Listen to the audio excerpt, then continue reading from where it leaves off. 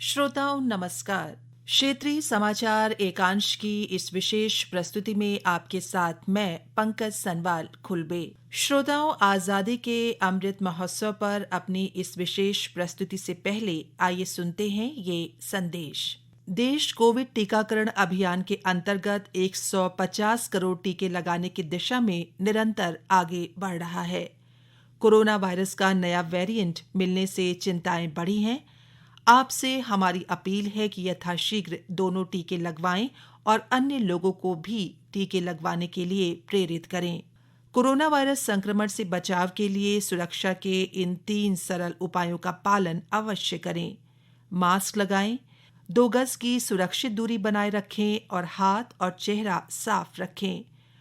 Covid से संबंधित किसी भी जानकारी और मार्गदर्शन के लिए राष्ट्रीय हेल्पलाइन नंबर 011-2397-8046 और 1075 पर संपर्क करें। इसके अलावा श्रोता प्रदेश हेल्पलाइन नंबर 104 और 0135-2722-100 और 2724-506 पर भी संपर्क कर सकते हैं। और आइए श्रोताओं, अब सुनते हैं आजादी के अमृत महोत्सव पर ये विशेष कार्यक्रम आजादी का सफर आकाशवाणी के साथ। आजादी का अमृत महोत्सव।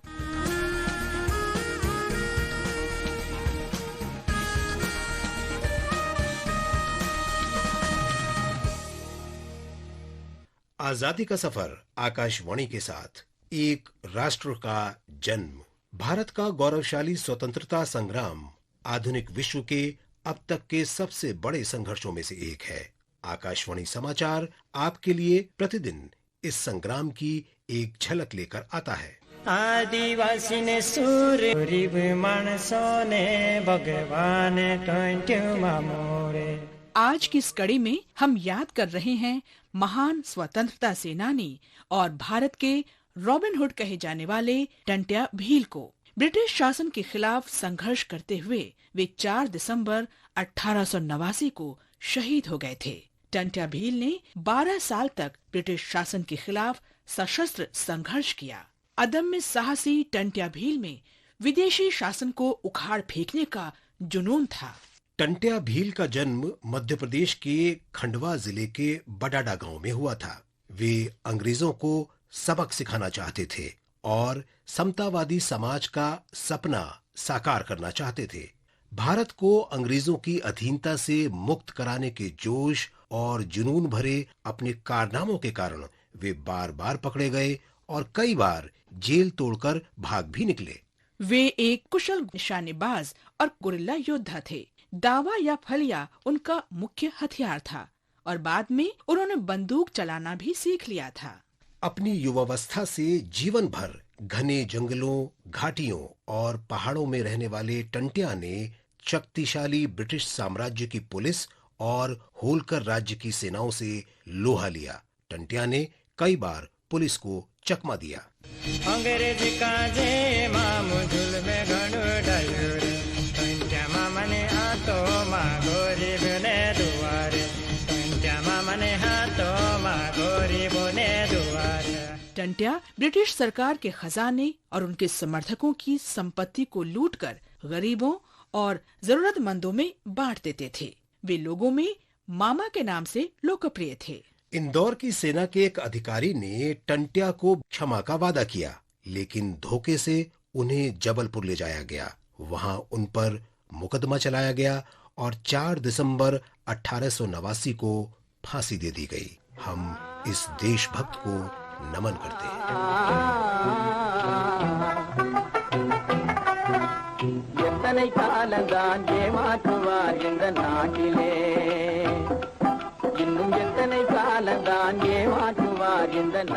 आज ही जन्म हुआ था स्वतंत्रता सेनानी और भारतीय गणराज्य के 8वें राष्ट्रपति रामास्वामी वेंकटरामन का। वे एक सच्चे राष्ट्रवादी थे। धर्मनिरपेक्षता, लोकतंत्र और अहिंसा के गांधीवादी सिद्धांत में दृढ़ विश्वास रखने वाले वेंकटरामन मूल रूप से मानवतावादी थे। वेंकटरामन का जन्म मद्रास प्रेसिडेंसी में तंजौर जिले के पास पट्टुकोट्टई के राजामदम गांव में हुआ था। उन्होंने लॉ कॉलेज मद्रास से कानून में योग्यता प्राप्त की। वेंकटरामन को 1935 में मद्रास उच्च न्यायालय में नामांकित किया गया था। कानून की प्रैक्टिस करते हुए वेंकटरामन ब्रिटेन के औपनिवेशिक अधीनता से भारत की स्वतंत्रता के आंदोलन में शामिल होने के लिए प्रेरित हुए। उन्होंने 1942 के भारत छोड़ो आंदोलन में सक्रिय रूप से भाग लिया, जिसके लिए उन्हें 2 साल के लिए जेल भेज दिया गया।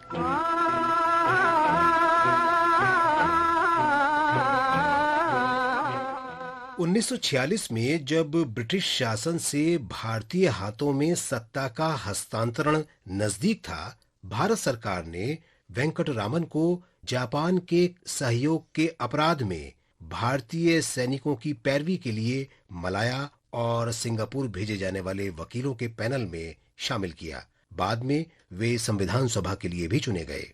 वेंकटरामन 4 बार लोकसभा के लिए चुने गए और उन्होंने केंद्रीय वित्त मंत्री और रक्षा मंत्री के रूप में काम किया। 1984 में वे भारत के 7वें उपराष्ट्रपति बने। 1987 में वे भारत के 8वें राष्ट्रपति बने और 1992 तक इस पद पर रहे। The dignity of the nation and the individual rest in no small measure upon a strong and vibrant democratic institution. These in turn are closely linked with certain sound and lasting values in our public life. My government will fight those trends which have in recent years sapped our democratic institutions of their vitality and strength.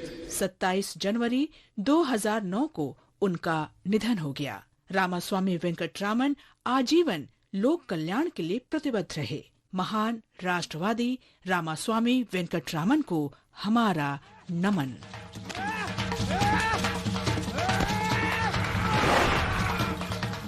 आज हम शहीद फिरंगोजी शिंदे को भी याद कर रहे हैं, जिनकी मृत्यु 4 दिसंबर 1857 को हुई थी। महाराष्ट्र के कोल्हापुर जिले के गिरगांव में बाजी शिंदे के यहाँ जन्मे फिरंगोजी एक किसान थे।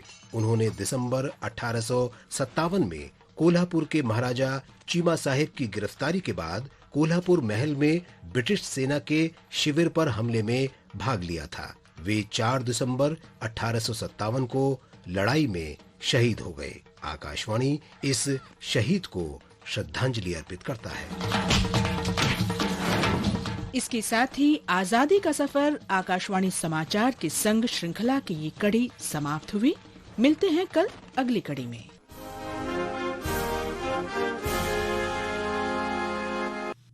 अभी आप सुन रहे थे ये विशेष कार्यक्रम आजादी का सफर आकाशवाणी के साथ। श्रोताओं, एक बार फिर से हमारा आपसे ये अनुरोध है कि कोविड संक्रमण से बचने के लिए ज़रूरी एहतियातों को अपनी जीवन शैली का हिस्सा बनाएं, जिससे हम, हमारा परिवार और हमारे आसपास के सभी लोग सुरक्षित रहें। और इसके लिए मास्क लगाएं, सुरक्षित दूरी के नियमों का पालन करें और अपनी रोग प्रतिरोधक क्षमता को मजबूत बनाएं। श्रोताओं, कोविड संबंधी जानकारी और मार्गदर्शन के लिए राष्ट्रीय हेल्पलाइन नंबर 011-2397-8046 और 1075 पर संपर्क करें। इसके अलावा आप प्रदेश हेल्पलाइन नंबर 104 और 01352722 100 और 2724-506 पर भी संपर्क कर सकते हैं। इसी के साथ हमारा आज का ये विशेष कार्यक्रम यहीं पर समाप्त हुआ। नमस्कार।